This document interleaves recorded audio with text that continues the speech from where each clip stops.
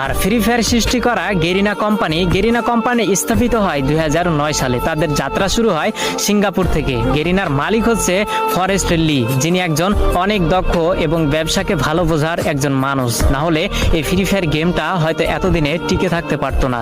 তো 2009 সাল থেকে গেরিনার যাত্রা শুরু হলেও তারা কোনোভাবে কোনো গেমে সাকসেস পেল না, সবকিছুতেই তারা ফেল হয়ে গেল। একের পর এক ভিডিও গেম রিলিজ করেও মানুষের মন জয় করতে পারছিল না। তো 2014, 15, 16 সালে গেরিনা বেশ কয়েকটি গেম মানুষের সামনে উপস্থাপন করে, কিন্তু এত পরিমাণ ভালোবাসা এবং এত পরিমাণ জনপ্রিয়তা পায়নি গেরিনা কোম্পানি ওই অন্য গেমগুলোতে। কিন্তু সবকিছুতেই একটা টার্নিং পয়েন্ট থাকে, যেটা 2017 সালে গেরিনা কোম্পানিকে তাদের মোড় ঘুরিয়ে দিয়েছিল। যেহেতু 2017 সালে শুধু পাবজি গেমটাই ব্যাটল রয়্যাল গেম ছিল এবং মানুষের মাঝে উৎপত্তি হয়েছিল একটা বিশেষ গেম হিসেবে, সেহেতু গেরিনা কোম্পানির মালিক ফরেস্ট লি ভাবলো কেন না মোবাইলের জন্য একটা ভালো গেম উপস্থাপন করা যাক বা মানুষের সামনে ছড়িয়ে ফেলা যাক, যার হাত ধরে কয়েকজন টিম নিয়ে এই গেমটাকে তৈরি করার কাজ শুরু করা হলো।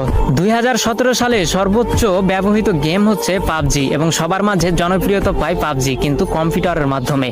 ফোনের মাধ্যমে এই পাবজি গেম এতটা জনপ্রিয়তা পায়নি। সেই সুযোগটাকে কাজে লাগিয়েছে গেরিনার কোম্পানির মালিক ফরেস্ট লি তৎক্ষণাৎ ভেবে উঠলো যে মোবাইলের জন্য একটা গেম তৈরি করা যাক, যে গেমটি অনেক কম দামি ফোনেও যেন সাপোর্ট খায়। তো যার জন্য কয়েকটি টিম গঠন করে গেরিনার কোম্পানি ফরেস্ট লি কাজ করা শুরু করলো। 2017 সালের প্রথম দিকে এই ফ্রি ফায়ারটাকে তৈরি করা শুরু করলেও 23 আগস্ট 2017 সালে এই গেমটাকে পুরো বিশ্বে ছড়িয়ে দেয় গেরিনা কোম্পানির মালিক ফরেস্ট লি, যেটি একটি সিঙ্গাপুর কোম্পানি এবং সিঙ্গাপুর থেকে এর হেডকোয়ার্টার এবং পুরো গেমটাকেই পরিচালনা করা হয়। তো 2017 সালে যখন সাধারণ মানুষ সাধারণ ফোনে এই গেমটাকে খেলতে পারতো, তখন পাবজির জনপ্রিয়তা ধীরে ধীরে কমতে শুরু করলো এবং যেহেতু কম দামি ফোনেও ফ্রি ফায়ার গেমটাকে খেলা যেত, যার জন্য সবাই এই ফ্রি ফায়ার গেমে ঢুকে পড়লো। তার দেখা দেখি পাবজিও 1 বছর পরে তাদের মোবাইল ভার্সন বের করলো, কিন্তু অনেকটা দেরি করে ফেলেছিল পাবজি, কারণ সাধারণ মানুষের মনে এই ফ্রি ফায়ারটা অনেকটাই জায়গা করে নিতে পেরেছিল।